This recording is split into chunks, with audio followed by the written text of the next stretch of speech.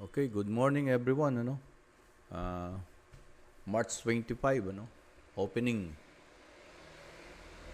So ano ba yung nangyari, no? Kung mapapansin nyo, ito yung naging trade ko, no? Kanina, ito. Let us discuss yung opening ito.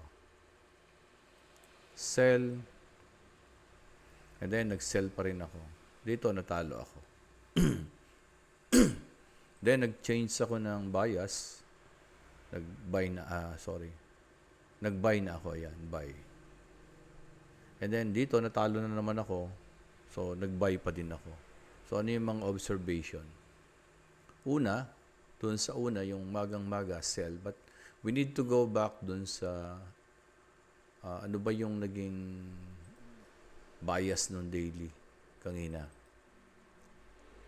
So kanina, yung daily, ayan nakikita na natin, nasa ilalim yung support ng monthly. So parang hammer ito. And at the same time, ito naman, hindi naman siya pin bar, pero halos pin bar na rin siya, daily. Then followed by hammer. So, it's a confirmation na bias niyan is bullish. Then we go down 1 hour, kanina. Ito yung opening. So, ibig sabihin, dito pala makikita na natin kagad na naka-counter trend ako since nag-sell ako. So, anong naging observation ko? I have to wait sana. Wait for the alignment ng bias ng closing at saka yung galaw ng price kanina after na mag-open. Ano ba yung nangyari kanina sa pag-open niya? Baba tayo ng 15 minutes. 15 minutes, ayun. First is 15, nag-bias siya align siya sa bias. And then, nagkaroon ng pullback. So, after na mag-pullback, dito ako nanalo ng sell. But since nakakontra ako dito sa higher time frame bias, so mananalo ka, but eventually, you overcome ni higher time frame bias yung market. At ayan na nga.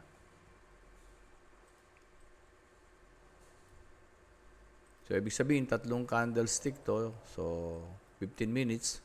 So, ito yung pang isang oras. So, ano nangyari? After 1 hour, in-overcome itong seller. And nagkaroon ng hammer and confirmation. Hammer and bullish engulfing, confirmation that the price will tataas siya. That's how we interpret ito ngayon. How I interpreted ito ngayon. Then, hanapin natin itong hammer na to on the lower time frame. Ibinax ko siya. Ayun.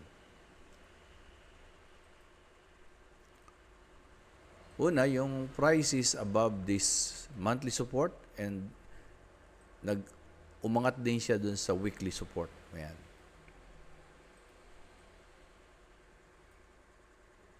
Itong galaw na to, ito yung hammer on the 15 minutes. And then, ayun na yung bias. Impulse, pullback, impulse, sideways, impulse, sideways, and then impulse, base, and then impulse. Rally, base, and then ito na. So, dito rin ako natalo. Ito yung naging talo ko. Dito ako unang natalo. Dito ako nanalo. And then, dito na naman ako natalo. So, ano yung mga observation natin? One is, kailan ka mag-uumpisa at kung kailan ka mag-i-stop. So, the best sana, hinintay ko yung bias. Ayan, dito. Itong bias na to. Ano yun? But, it's very noisy kasi sa lower time frame. You have to always check at least your 15 minutes. Ayan.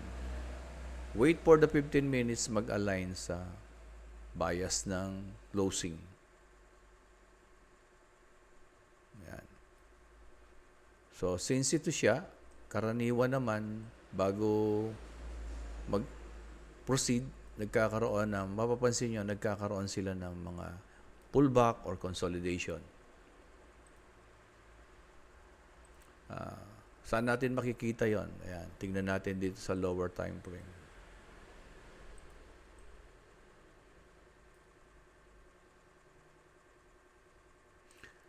Sa lower time frame, ito yung tinatawag natin hammer kanina sa 15 minutes and then the confirmation. Ito yung confirmation. Yan, nagkaroon na nga ng impulse. Yan. Subukan natin hanapin yung confirmation. Lagyan din natin ng box.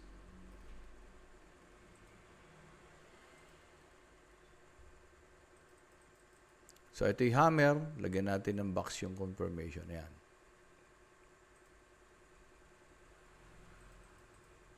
So, ayun yung confirmation. Impulse, naka-pullback. Then, ito, hanggang dito yung confirmation.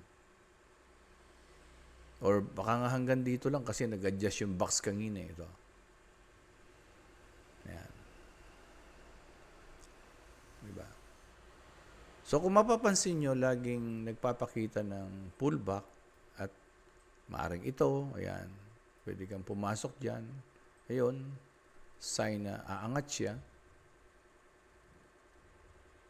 And then, ito rin. Dito kanina, ayan.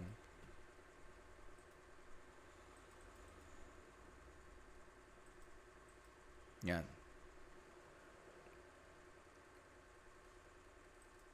Dito ako natalo.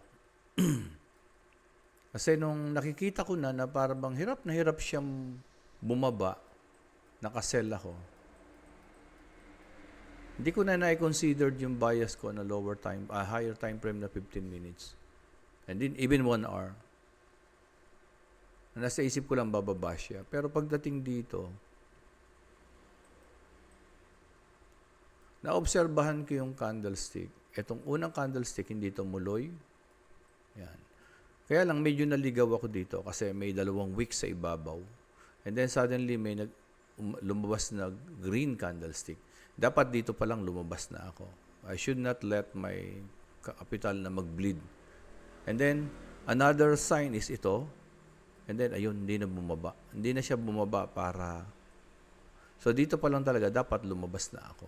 It means mali yung bias ko. And then, eto na nga siya. Ayan. Then, yung mga susunod kong trade, dito ako nanalo. Yan, yan ako nanalo. Tapos, lumabas na ako hanggang dito. Ayan. Tapos ito, inobserbahan ko na, ganun nga talaga. But what happened? Ito naman. Pagdating dito naman, kumbaga ito yung time mo to enter, ito naman yung time mo to stop scalping. Bakit? Bakit time to stop? Ano yung kanya? Although na bias natin, bullish pa rin, kung mapapansin nyo dito, etong high pa rin ito. But this one is high, ang laki ng diferensya ng height. Pero ito hindi na. And then, ito, lalo na to, nagkaroon pa ng rejection. Ito, nagkaroon ng double, kumbaga ito, equal high. And then, another equal high. Yan. Kumbaga, it's a sign. And even itong mga low, hindi na umangat. So, ibig sabihin, this is a sideways. Yan. So, pagdating sa ganyan, mas maganda, mag-stop ka na. No? Stop ka na. So, ito ngayon, I don't know. Ano yung kuha nito? No? I don't know. So, since ito, nagkuha nito, so we need to wait ngayon na mabutas uli ito. Yan. Kasi posibleng ito ay mag-act na to na resistance ito. Kasi 1, 2, 3, medyo yan, sideways na yan. Medyo alanganin na yan.